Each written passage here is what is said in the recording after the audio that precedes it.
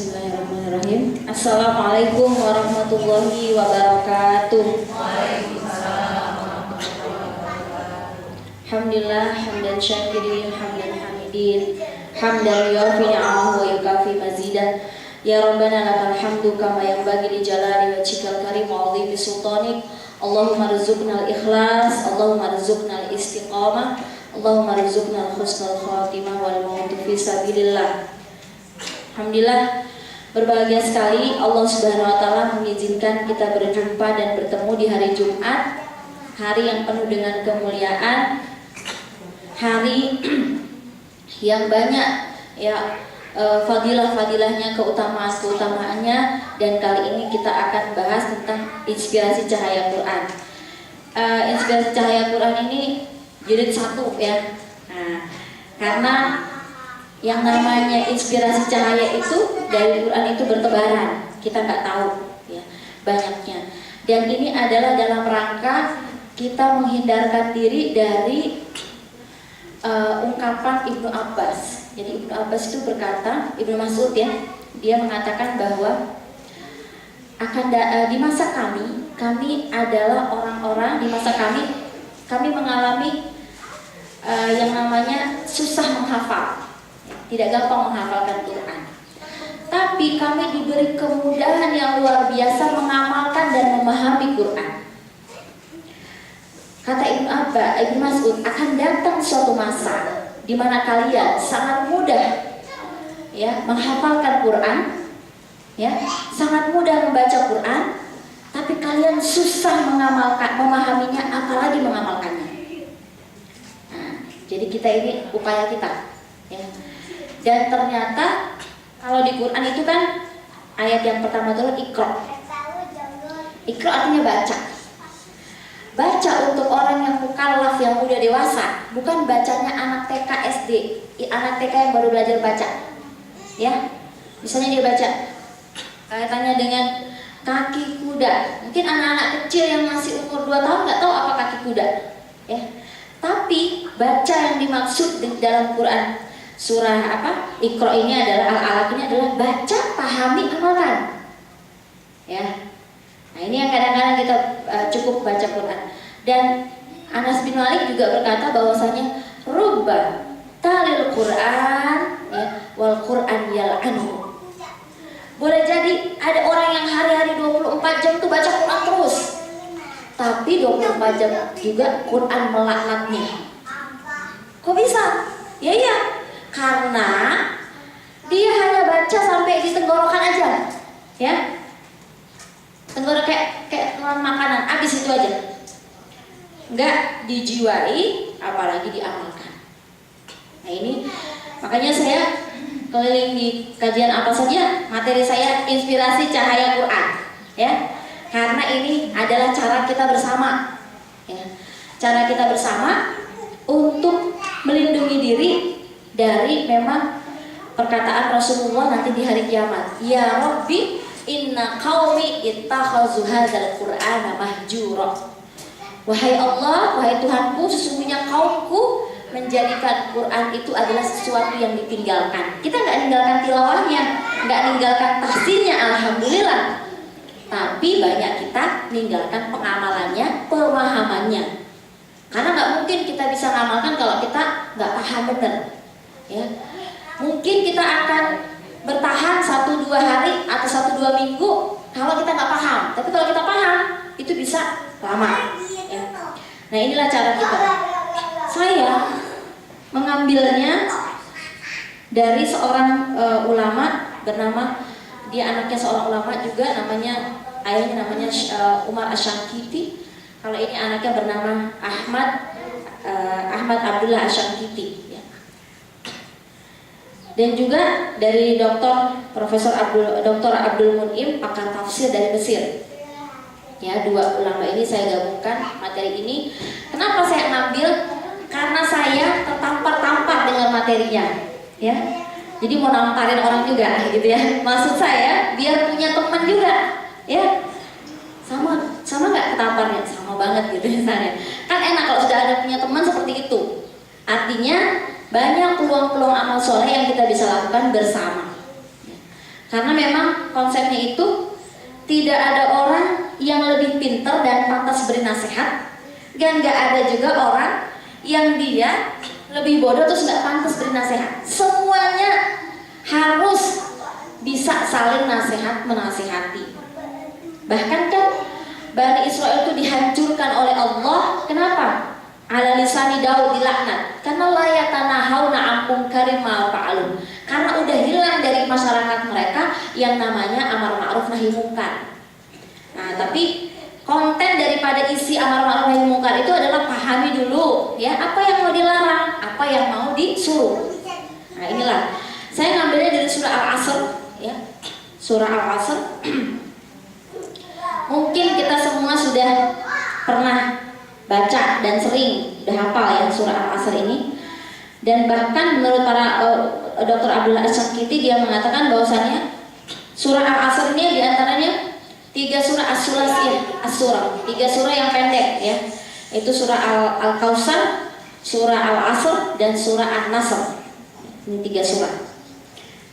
Nah, di sini dalam surah Al-Asr Allah bersumpah wal asri. Sebenarnya Allah itu gak pantas bersumpah. Maksudnya gak perlu bersumpah Allah itu. Karena dia apa? Karena qauluhul haq. Allah gak perlu sumpah aja udah benar, udah pasti benar kata-katanya. Gitu ya.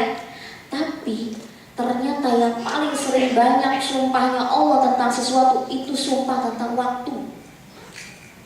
Walail ya, wan nahar. Kemudian walail wan nahar. Kemudian juga wadduha, ya kan? Pokoknya banyak kaitannya dengan waktu-waktu, termasuk yang sekarang ini adalah wal asr. Nah, wa di sini bukan waw dan, tapi waw sumpah. Waw itu di Quran ada di dalam bahasa Arab itu ada waw harful jar. Ya. Waw lil jarri, ada waw lil qasmi, ada waw juga lil ataf. Ya. Nah, jadi kalau ini adalah waw tentang sumpah, ada waw dan juga ada waw untuk harful jar. Jadi kalau waw di sini ini adalah waw kaitannya dengan sumpah. Allah bersumpah dengan waktu asar. Memang ada beberapa ulama, ada saya dapatkan itu maknanya 7 makna al-asr. Tapi kesimpulannya ada 3 makna apa itu al-asr. Yang pertama yaitu akhir waktu liyaum, yaitu akhir waktu, ya waktu asar. Waktu asar ini karena orang, para pedagang, kalau di waktu asar dia udah bisa hitung-hitung tuh keuntungannya dari tadi pagi itu berapa. Jadi ngitungnya bukan maghrib. Jadi dia bisa ngelihat, ya, bisa ngelihat sepagian ini dia ngapain aja, sama nanti dia mau ngapain di malam hari. Itu di tengah-tengah, yaitu waktu asar. Nah, kenapa Allah bersumpah dengan waktu asar? Karena biasanya di waktu asar inilah kebanyakan juga para pedagang dia bilang apa? Udah deh, saya jual, pokoknya modalnya aja yang penting kembali, gitu kan? Karena apa? Sudah menjelang asar, udah mau tutup. Jadi Allah bersumpah dengan waktu ini. Ada dalam sebuah hadis disebutkan bahwasannya siapa yang bersumpah di waktu asar dengan sumpah bohong untuk mengambil harta orang lain, maka nanti kalau dia bertemu di hadapan Allah di hari kiamat, Allah akan bertemu dengannya dengan penuh kemarahan. Para ulama bertanya, kok sampai begini banget sih hadisnya? Ya, cuman sumpah loh, sumpah membohongi saudaranya, mau mengambil hartanya orang lain. Ternyata, menurut seorang ulama dia mengatakan bahwasannya al-a'malu bil khawatim. Amal itu dilihat dari akhirnya. Ini orang akhirnya harusnya di waktu asar dia udah nggak mikirin dunia lagi, tapi waktu asar pun dia masih mau bohongin orang, mau bersumpah palsu. Berarti memang dia sepanjang hidupnya itu, sepanjang waktu yang dia pikiran hanyalah harta, ya. Nah, sehingga Allah marah sekali. Bahkan kalau mau lihat ciri orang itu munafik atau di hati kita ada kemunafikan atau enggak, maka perhatikan sholat subuh dan sholat asar kita. Karena kalau orang munafik itu susah banget sholat subuh sama sholat asar. Nah, ini ada 2 hal juga, bukan susah mendatanginya, susah khusyuknya. Kalau sholat subuh susah bangunnya, kalau sholat asar susah khusyuknya, keinget semua. Hati-hati kalau sering nggak khusyuk di sholat asar sama sholat subuhnya, terlambat terus bangunnya. Bisa jadi kita akan dihinggapi sifat-sifat kemunafikan. Karena apa? Biasanya kalau sudah bangun subuhnya terlambat atau asarnya nggak karu-karuan, itu memang nggak enak hati kita, ya. Karena sudah disusupi oleh sifat-sifat kemunafikan, ya. Jadi perhatikan di dua waktu tersebut. Kemudian yang berikutnya lagi, jadi yang pertama Allah bersumpah dengan waktu asar. Yang makna kedua adalah kullu azminah, yaitu yang dimaksud dengan waktu asar di sini, yang dimaksud dengan al asar ini adalah seluruh waktu, ya. Yaitu artinya, makanya ada sirah nabawiyah fi asri khulafa'ur rasyidin, di zaman asr itu maknanya zaman. Jadi Allah bersumpah dengan seluruh waktu, ya. Dari zamannya Nabi Adam sampai waktunya umat Nabi Muhammad, Allah bersumpah dengan seluruh waktu itu. Kenapa? Di seluruh waktu itu semua manusia banyak yang rugi. Nah, jadi nggak hanya terbatas waktu asar, tapi di seluruh waktu. Allah bersumpah dengan seluruh waktu yang ada di muka bumi ini. Kemudian, ya, yang berikutnya adalah yang ketiga, makna ketiga adalah akhirul waktu, yaitu waktu yang terakhir. Karena kita itu ada kiamat kecil. Apa itu kiamat kecil? Hari sakratul maut kita. Nah, di hari sakratul maut lah orang nanti akan melihat, ya, tentang ternyata ya laitani qaddamtu li hayati. Ya Allah, ternyata cuma segini yang aku persembahkan untuk hidupku. Karena ternyata, ya, sesungguhnya, ya, qimatul insan atau harga seseorang itu adalah sejauh mana dia menghargai, memanfaatkan waktu yang dia punya. Itulah harga seseorang. Karena nanti seluruh apa yang ada pada kita itu hilang semua. Nama kita, kalau tubuh kita udah jelas, ya, nama kita kan lama-lama hilang. Apa yang tinggal adalah amal-amal soleh kita. Jadi orang itu sebenarnya adalah yang dilihat adalah waktu yang dia punya. Karena itu di Quran banyak sekali kalimat-kalimat yang menggambarkan penyesalan.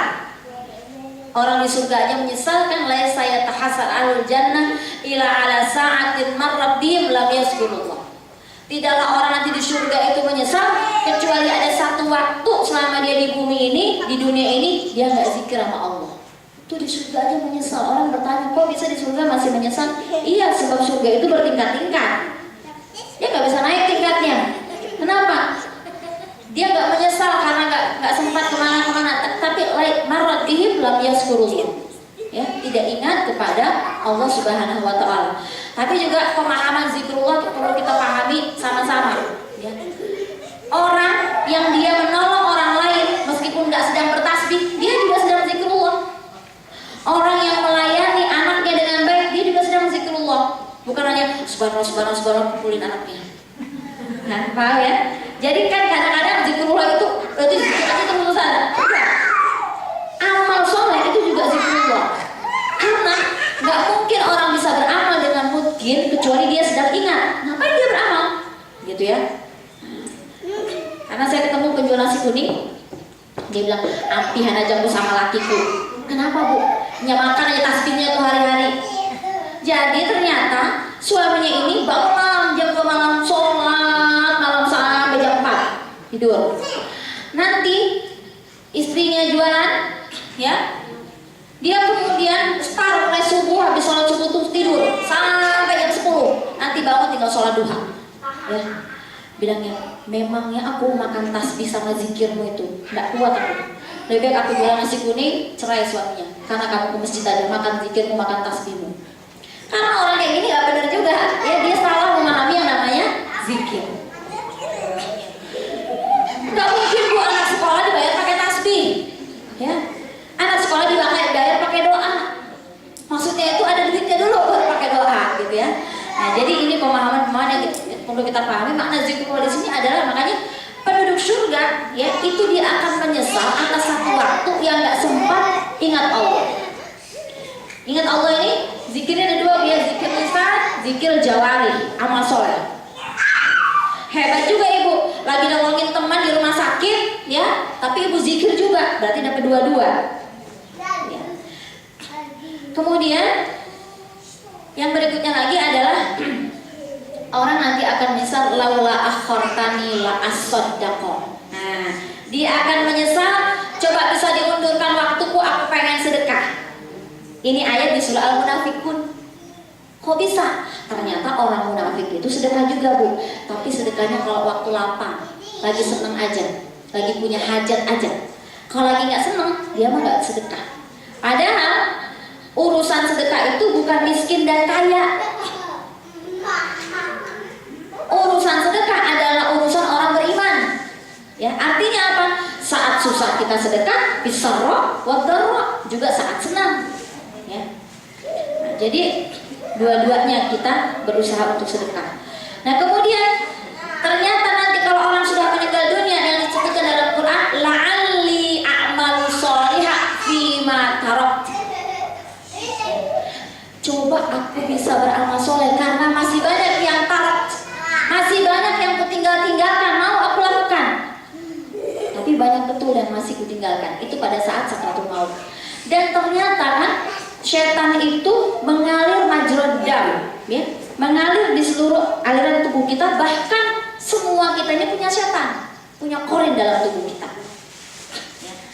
Nah, dan satu hal juga, Allah Subhanahu wa Ta'ala sudah mentakdirkan kita beramal soleh itu dengan penuh pertarungan. Loh Bu, Allah itu kan kun fayakun, bisa aja dibunuhin setan dari badan kita nih, bisa kan? Bisa banget.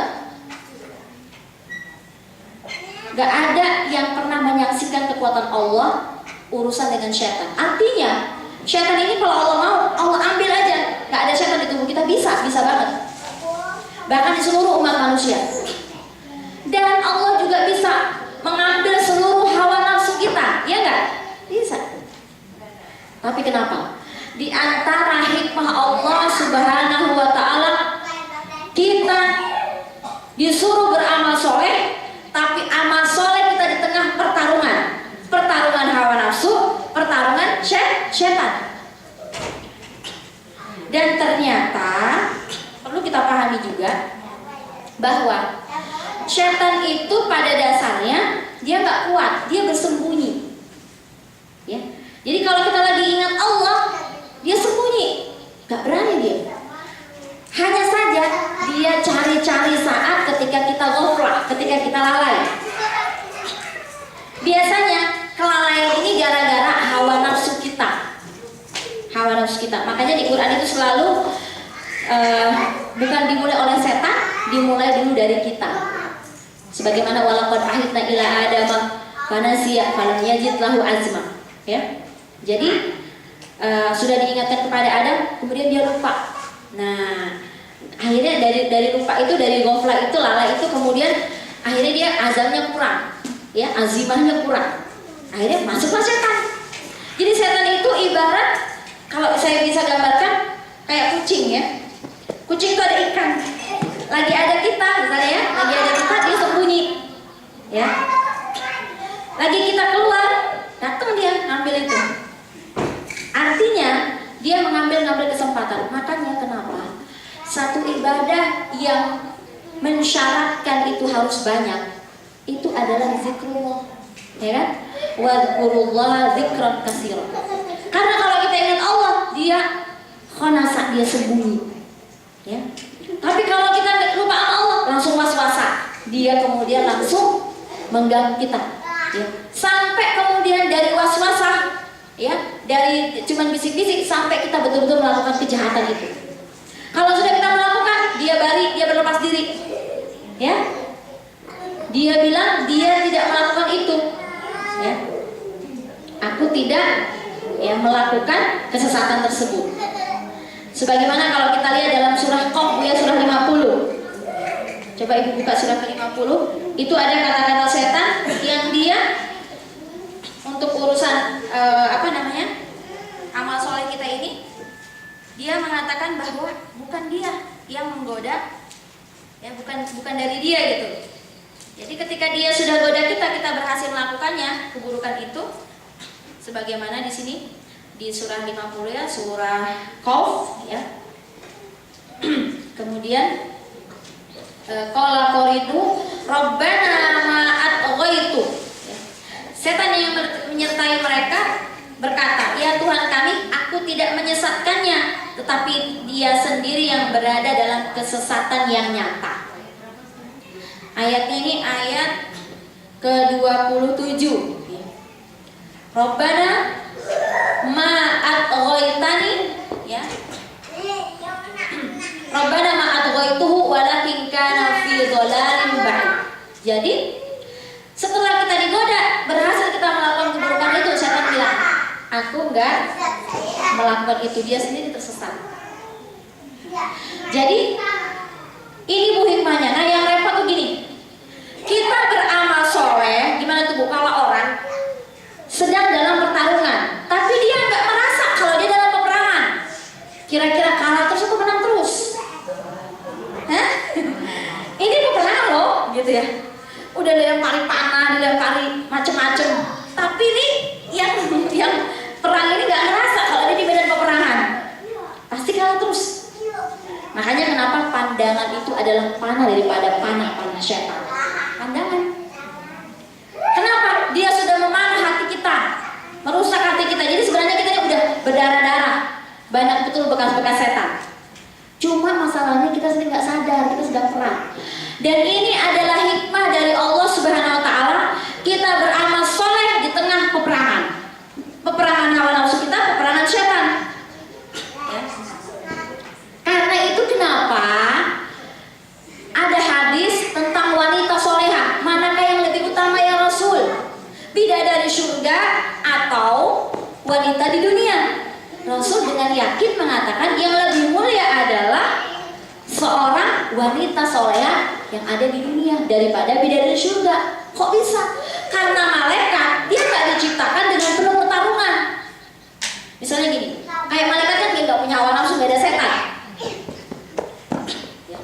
Makanya gini, kalau ada orang dia kemudian saya juara 1 ya, pelari, tapi dia larinya cuma 1 meter doang, habis itu larinya nggak di tengah kondisi yang enak, jalannya lempeng, kemudian dia kadang-kadang boleh lari, disiapkan air minum, dengan orang yang betul-betul misalnya lomba lari menang di tengah pertarungan jauh perjalanan, medannya berat, pasti orang bilang kamu kok menang, sesungguhnya dia mah nggak menang.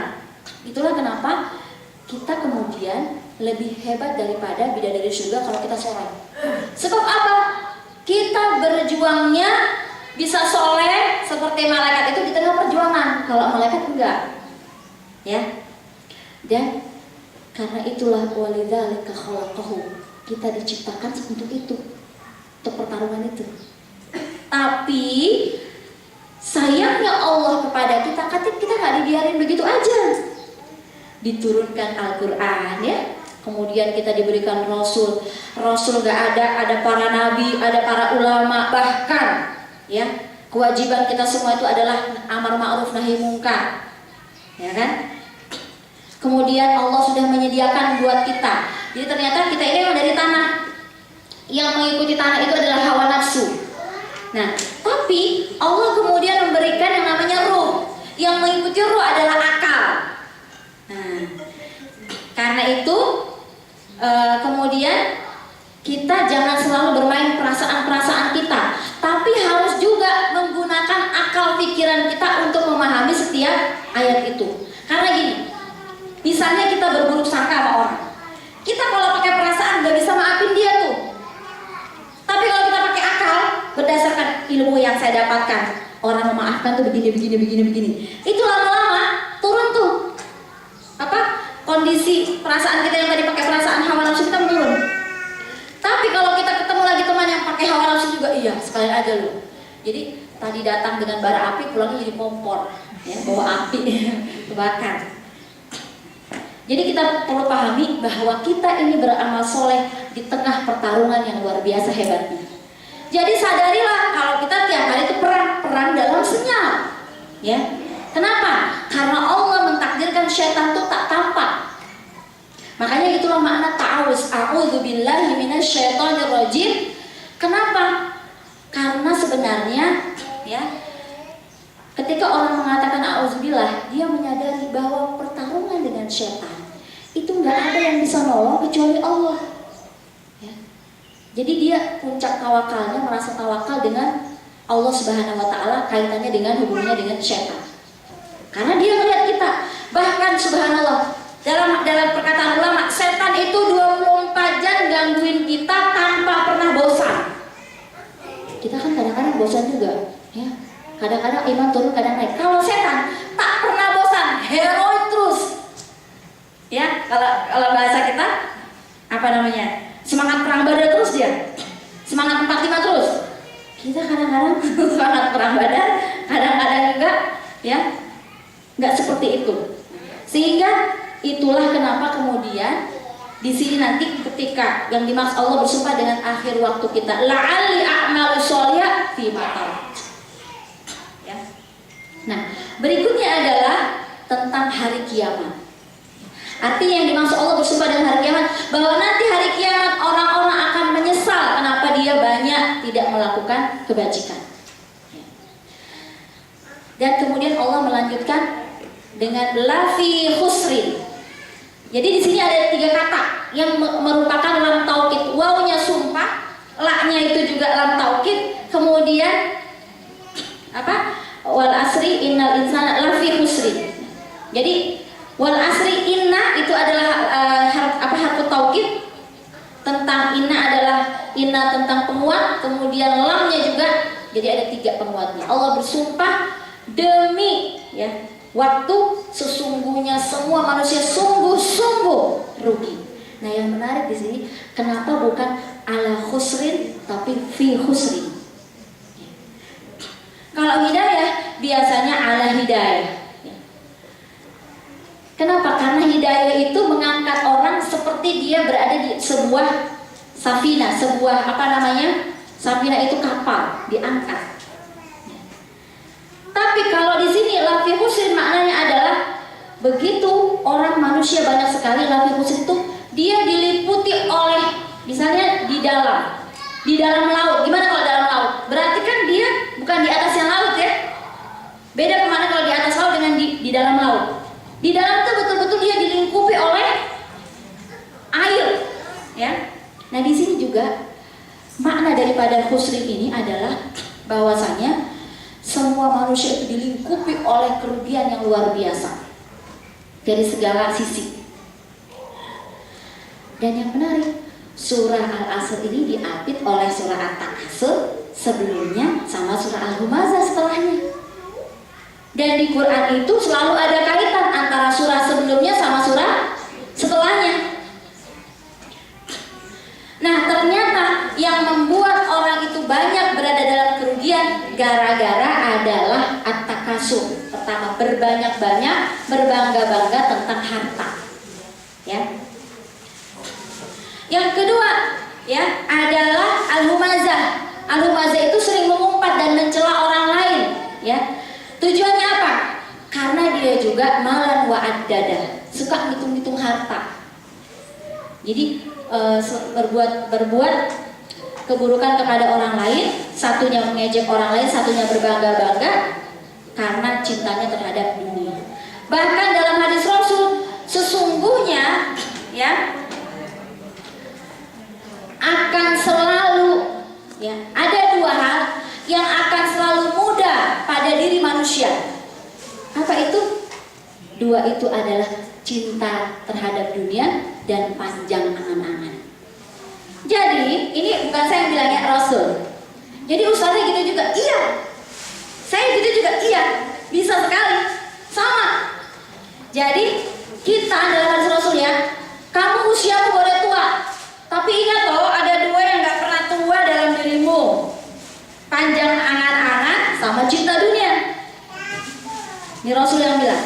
Jadi ada 2, usia boleh tua, tapi ini 2 yang selalu muda. Sehingga berhati-hatilah, apalagi kalau sudah usia menjelang 40, karena usia kenabian itu adalah 40. Dan ada doanya ya, orang usia 40 itu, Rabbi auzini an asyura nikmataka allati an'amta alayya wa ala walidayya wa an a'mala sholihan tardah. Ya. Wa aslih li fi dzurriyyati. Harusnya udah begitu doanya. Udah settle dirinya, udah lurus aja terus ya. Ini saya juga 38, ntar lagi 40 ya. Artinya kita juga harus berhati-hati dengan yang sudah menjelang usia 40 ya. Karena apa? Dua hal ini setan masuk ke dalam diri kita. Nah, yang paling banyak itu yang kalau cinta dunia kita bismillah, tapi kalau panjang angan-angan. Dan kadang-kadang angan-angan itu bisa jadi angan-angan baik. Sebab itu kalau kita lihat dalam kisahnya Nabi Musa, Nabi Adam. Itu kan Nabi Adam ya, dia mendatangi Allah sudah berpesan kepada Adam, la taqraba hadhihi syajar. Hadhihi dalam bahasa Arab dia isim isyarah lil qarib. Artinya kata tunjuk dekat. Bukan gini, janganlah dekati pohon itu. Nggak kelihatan pohonnya. Yang pohon yang mana? Tapi ini benar-benar pohon ini ya, ini loh pohonnya. Jangan dekati Adam, ini pohonnya. La taqraba hadhihi asyajarah. Bahkan ada tambahan alif lam asyajarah. Pohon ini ya. Artinya apa? Dijelaskan dengan detail. Ya. Taqraba hadhihi asyajarah. Habis itu dijelaskan lagi kenapa? Fatakuna minaz zalimin. Nanti kamu menjadi orang-orang yang teraniaya. Nah, akhirnya apa? Ketika dipesan kayak gitu, Adam menjauh betul dari pohon itu. Makanya di Quran itu kemudian ya, subhanallah, Allah juga menjelaskan kenapa harus jauhi pohon itu ya. Karena Allah tahu kamu lemah Adam. Tapi kan akhirnya Adam apa? Gak hanya dekatin, tapi dimakanlah pohon itu. Buah pohon itu dimakan sama dia kan? Apa strateginya? Apa strateginya setan? Ternyata dia bisik-bisikin, hal adullukum ala syajaratil khuldi wa mulkin la yablaq. Adam, mau nggak kamu kutunjukkan ya buah yang bikin kamu abadi? Karena apa? Titik terlemah kita suka yang namanya berabadi-abadi, awet-awetan ya. Hah? Iya ya? Nah itu. Jadi setan bisikinnya pakai kata-kata itu. Hal adullukum ala syajaratil khuldi. Biar lu jadi ustazah dipakai terus, mau nggak pakai strategi ini? Biar lu jadi pedagang laris terus, mau nggak pakai strategi ini? Itu dibisikin itu dulu. Lu mau kan anak lu eksis terus ya? Pakai strategi ini. Itu dibisikinnya gitu. Hal adullukum ala syajaratil khuldi. Wa mulkin, nah mulkin ini ada kata-kata mulkin. Wa mulkin la yablaq, dan kerajaan kekuasaan yang tak pernah habis. Menurut para ulama, keabadian dan kepemilikan itu dua hal terlemah yang kita punya. Gimana nih? Gue bisa punya ini, bisa punya ini, bisa punya ini. Dan kalau bisa nih eksis terus. Ya. Nah itu. Jadi ini kemudian yang membuat ya, sebab akbarul hilmi, artinya angan-angan terbesar yang dipingini oleh manusia itu adalah menguasai harta, kedudukan ya. Bahkan sampai bisa ya, dua hal ini membuat dia salah bertindak. Sebagaimana dalam surah Al-An'am kalau nggak salah ya, di situ ada ayat 52, coba ibu buka. Wala tatrudil ladzina ya.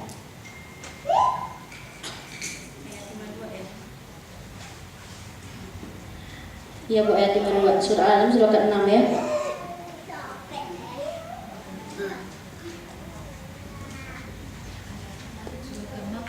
Surat ke-6 ayat 52.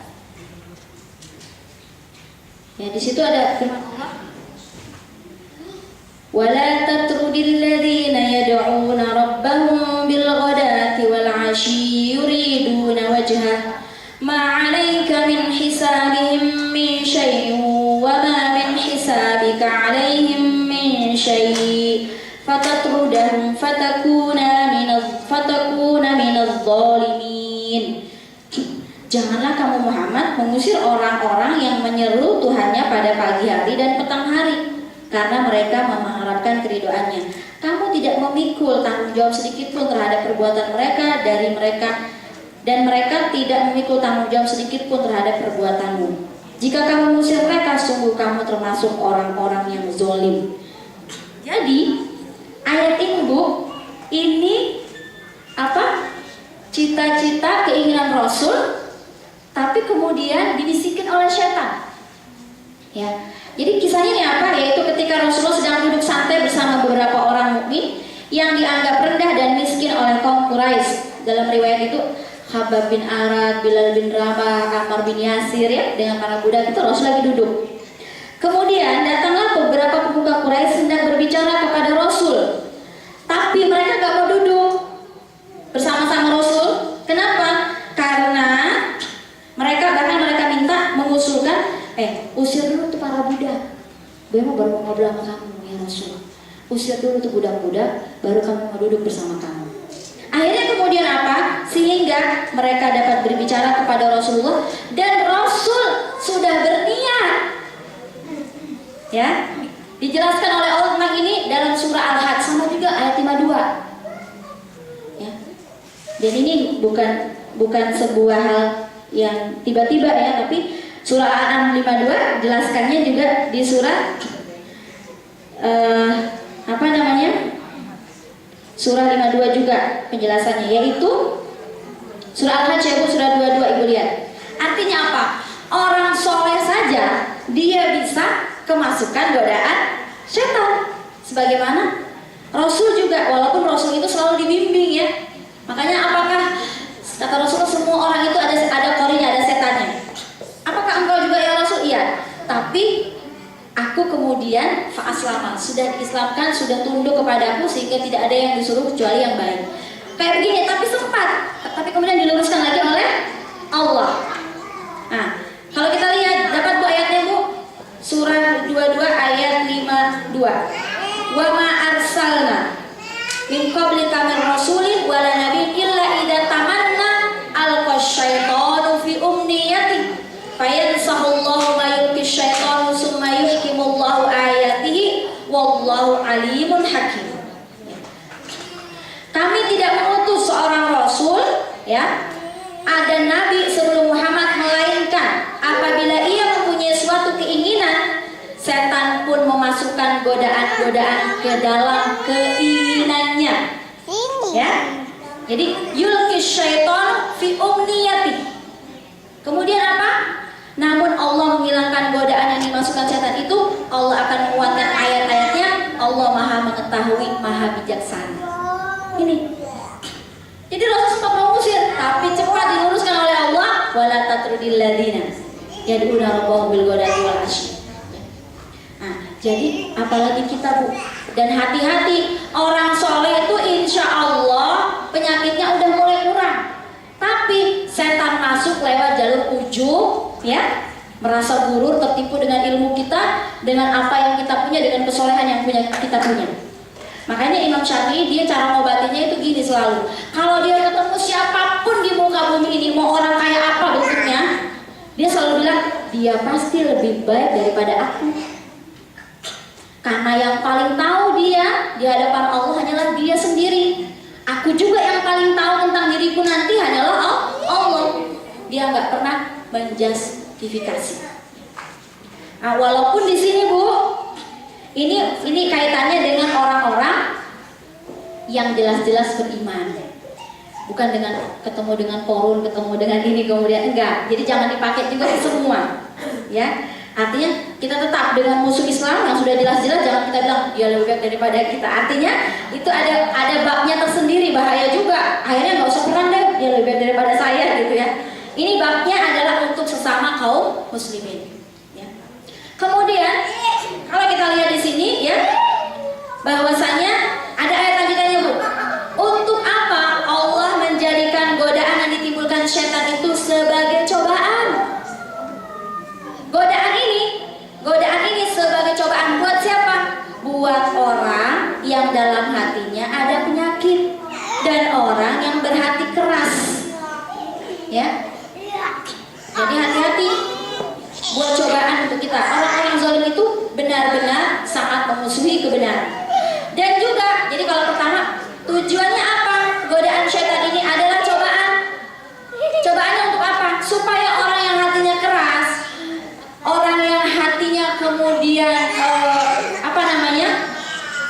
orang yang hatinya ada penyakitnya hilang karena dia segera bertobat. Ya, godaan syaitan ini. Karena Bu, sekali lagi ini juga saya sampaikan kepada ibu-ibu, kita harus punya yang namanya ya, menyiapkan dalam diri kita ini bahwa seluruh orang yang berinteraksi dengan kita ini dia manusia. Manusia itu bisa salah. Nabi Adam saja bisa salah. Apalagi cuma suami kita, anak kita. Ya. Karena gini Bu, ada seorang teman saya yang betul-betul merasa suaminya sempurna lahir batin. Tiba-tiba dapat cobaan, suaminya tergoda, langsung runtuh seluruh kepercayaannya dan dia hingga lupa. Ketika ada ingatkan, ya Allah, dijelaskan tentang Nabi Adam, iya ya, ini kan suami saya aja penuh dengan kelemahan, artinya sangat mungkin. Kenapa enggak saya maafkan? Siapa tahu dia dengan bertobat, dia bertobat sungguh-sungguh malah bisa jadi lebih soleh daripada saya. Ternyata benar. Jadi kita harus persiapkan diri kita dengan segala kemungkinan. Ya. Juga begitu anak kita, karena semua ini berproses. Ya. Jadi fokuslah kepada prosesnya. Proses ini proses ya Allah, ini proses perbaikan dan semuanya. Karena kalau enggak, kayak anggota pengajian ada yang sampai berobat ke dokter spesialis penyakit jiwa karena nggak nyangka anaknya yang soleh itu kemudian kena narkoba. Artinya apa? Dia nggak nyiapin bahwa memang kita harus memahami ya, manusia itu bisa salah. Jadi buatlah ruang untuk itu Bu, supaya kita nggak terlalu shock ya. Kemudian kalau saya tambahkan lagi di sini adalah jadi syaitan Allah itu kita sudah tahu bahwa orang soleh aja bisa digoda oleh syaitan. Bahkan seperti kasusnya Qabil dan Habil. Qabil dan Habil itu kan cuma gini, kamu diterima amalmu, aku enggak. Kok korbanmu diterima, kok aku enggak? Akhirnya timbullah hasad, kejengkelan. Akhirnya apa? La'aktulan, aku bunuh kamu. Jadi hati-hati juga kita itu berbangga-bangga. Kamu tuh sholatmu selama ini gak diterima, aku aja yang diterima. Karena ini padahal semuanya ada sama-sama dalilnya. Atau merasa, jamaahmu itu kurang baik, jamaah agak sesat-sesat, kalau aku ini pasti baik. Hati-hati, itu nanti timbul sifat hasad, lama-lama kita berbunuh-bunuhan. Karena itu cara syaitan memasukkan hal-hal buruk di hati orang-orang yang sudah soleh. Padahal yang utama adalah persatuan, ya. Sehingga kalau kita lihat, kenapa juga? Karena Allah tahu kelemahan kita dan juga Nabi Adam. Allah bukan minta kita, ya, tidak makan buah, tapi dekati saja jangan. Makanya kalau kita lihat perintah-perintah dalam Quran itu kebanyakan tindakan preventif, ya nggak Bu? Contohnya pengaturan 3 waktu aurat, ya kan? Itu kan dimulai dari anak usia 3 tahun dia harus izin, ya. Nanti kalau sudah dewasa dia harus izin masuk ke kamar kita di seluruh waktu. Kenapa? Tindakan preventif.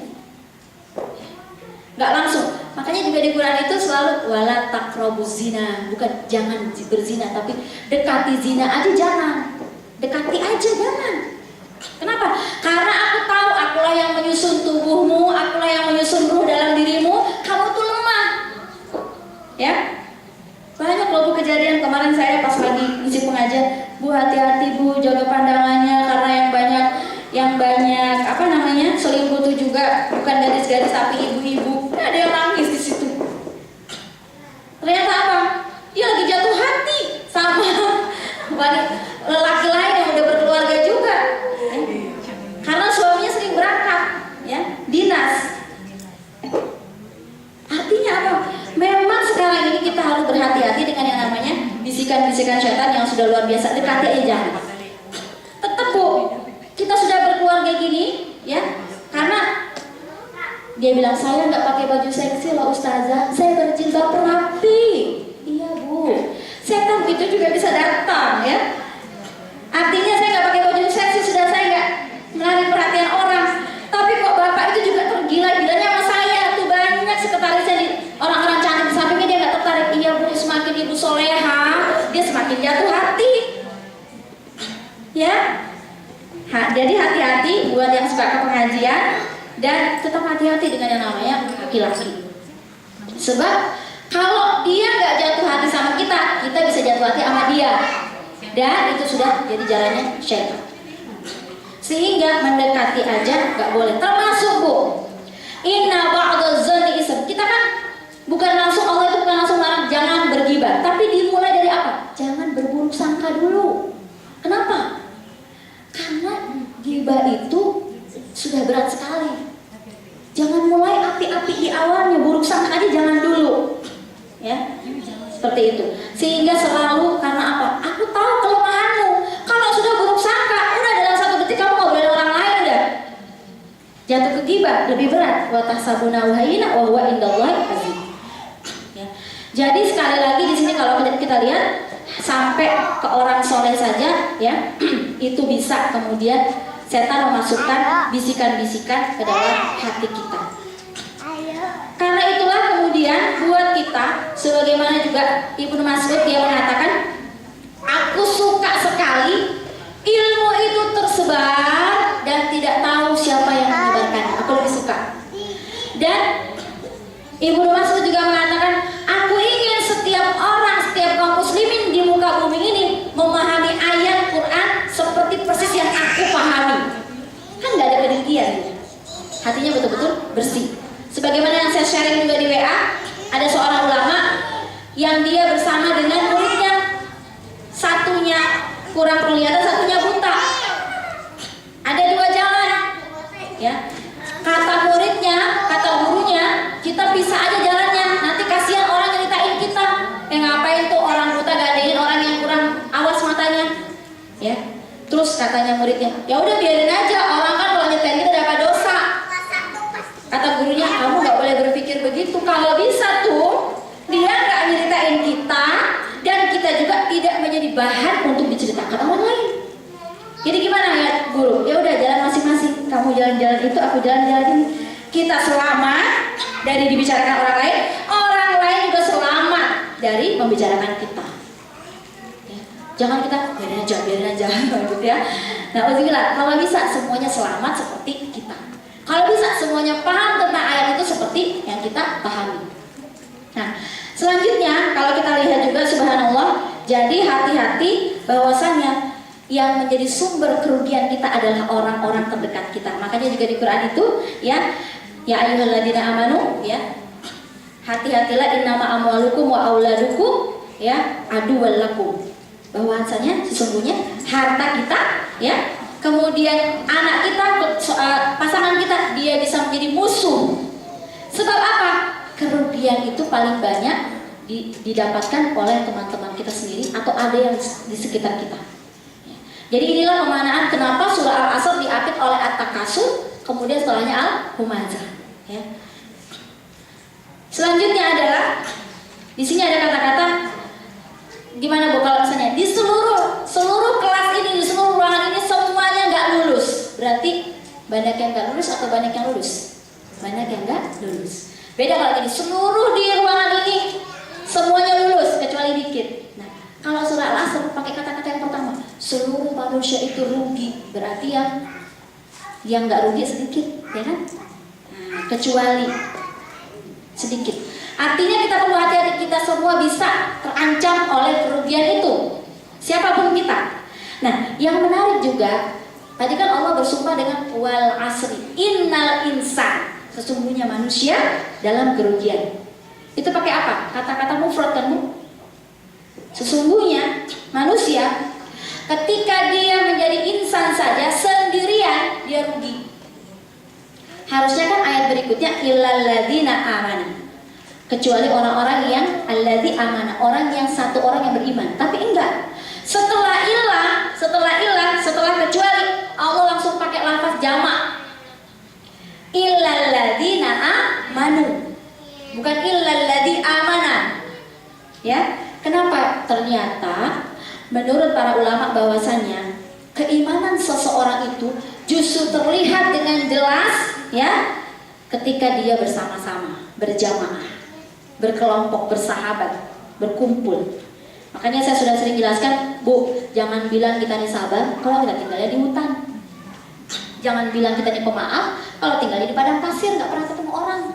Ya. Nah, karena itu muslim yang baik adalah muslim yang terus bergaul dengan manusia dan bersabar atas cobaan-cobaannya. bukan yang sendirian. Karena itulah juga dalam agama kita ini, contohnya sholat lafaz Al-Fatihah. Itu kan ketika kita sholat berjamaah, ihdinas siratal mustaqim, iyyaka na'budu wa iyyaka nasta'in. Harusnya ketika sholat sendiri kan iyyaka a'budu, cuma sendirian, tapi nggak boleh dirubah tuh, tetap iyyaka na'budu. Karena kita bisa dibilang beriman, menjaga hati, berakhlak kalau kita punya teman. Kita berhargai karena ada teman-teman kita. Jadi ini penting dipahami bahwasanya dan susah sekali kalau kita kemudian tidak bersama-sama. Dan hati-hati dengan teman, sebab dalam hadis orang yang dia mau bertobat, itu pesan daripada ahli ilmu yang dia bunuh 100 orang, pesannya, pindah kamu dari kota ini karena kota ini udah rusak. Susah kamu bertobat. Pindah ke kota yang satu, di situ banyak orang-orang soleh. Itu sehingga penting sekali. Bahkan kalau saya sampaikan, harga pertemanan kita ini pada saat sakaratul maut, ya, dikasih kabar ini sudah meninggal dunia saudara kita, di situ akan terlihat jelasnya pentingnya kita berteman. Karena siapa yang meninggal dunia, ada 40 orang yang mensolatkan dan orang-orang soleh, dan dia insya Allah dapat syafaat. Bahkan dalam sebuah hadis, kalau 2 saf dan dia orang-orang soleh, insya Allah tidak menyebutkan Allah, maka wajib baginya surga. Artinya, silakan punya teman-teman banyak orang soleh. Jangan kalau bisa kita tahu orangnya, nomornya udah nggak ada, cari, nggak usahakan cari. Gimana nomor? Mungkin nomornya rusak atau ganti, dihubungi nggak bisa. Karena itu apa? Itu bukan aset dunia, aset akhirat kita. Nanti kan di nomor kontak bisa dikabarin sudah meninggal dunia ini, kita dapat doanya. Ya. Sehingga agak sederhana pertemanan kita ini, ya. Karena itu saya sampaikan di sini, illal ladzina amanu, kecuali orang-orang yang beriman. Dan 2 hal keimanan yang harus kita perjuangkan sama-sama adalah iman kepada Allah dan iman kepada hari akhirat. Iman yang di sini jangan dimaksud bukan hanya iman satu aja, tapi rukun 6 ke-6-6-nya semuanya diimani dengan sesungguhnya. Ya. Dan kemudian adalah wa amilus sholihat. Wa amilus sholihat dan amal soleh. Ya. Nah ini juga buat peserta pengajian sama buat ustazah yang isi pengajian. Hati-hati, sebab ternyata saya baru tahu, ya, biasanya, ya, Allah itu kalau kita mengikuti pengajian begini, kita akan diuji di antara kita. Saya udah banyak juga kejadian sih. Sampai anggota liko saya mau berhenti liko. Dulu ustazah, saya nggak ikut liko ini, ujian saya sedikit. Sekarang ini begitu ikut liko, ustazah bahas ridho, saya diuji. Besok ustazah lagi bahas tentang syukur, saya diuji lagi. Capek saya begini, berhenti aja. Saya waktu itu belum ada jawabannya, sabar bu, ibu diuji. Ternyata bu, ada pernyataan ulama. Apalagi kayak ustazah, kayak saya. Saya ini kan harus membawakan materi betul-betul baik, betul-betul maksimal, supaya ini adalah cara ikhtiar terbaik supaya kita sama-sama dapat hidayah. Artinya apa? Materinya nggak boleh ecek-ecek. Artinya apa? Kalau materi itu baik sekali, berarti kan di situ banyak hal. Itulah kenapa Allah kadang-kadang tidak mau ilmu kita hanya wacana, ilmu kita hanya di tulisan. Langsung amilus sholihat, langsung beramal soleh. Walaupun nggak semua juga, nanti saya siap-siap, jangan-jangan saya dipilih diuji kan, gitu ya. Kayak anggota pengajian saya tuh, betul-betul saya mau baru habis ngisi kok, dia nelfon nangis-nangis. Ustazah Mamuda, ya Allah suami saya sekarang di penjara. Kok bisa bu? Iya bu, ternyata dia salah tanda tangan harusnya penipuan. Jadi sekarang dibawa ke Kapolres. Itu baru mau nikah, baru Ustazah bahas tentang ridho. Ini juga saya gitu ya. Nggak lama kemudian, Ustazah anak saya juga di penjara karena ternyata terazia dengan teman-temannya narkoba. Baru bahas tentang syukur. Nah, jadi artinya kita akan diuji. Nah, ini adalah cara setan menakut-nakuti kita. Udah, kamu jangan lagi ada di majelis ilmu, nanti kamu diuji. Udah, untuk kamu para dai jangan lagi nyampaikan sesuatu yang baik, hati-hati kamu diuji. Dan ujian itu bisa jadi dalam waktu 1 detik langsung diuji. Bisa. Kan bisa lagi pengajian SMS masuk, ya, tiba-tiba begini-begini.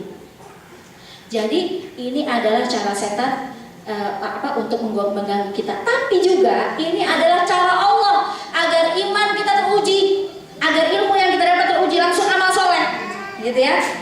Sehingga jangan pernah tinggalkan majelis ilmu. Nah, dan kemudian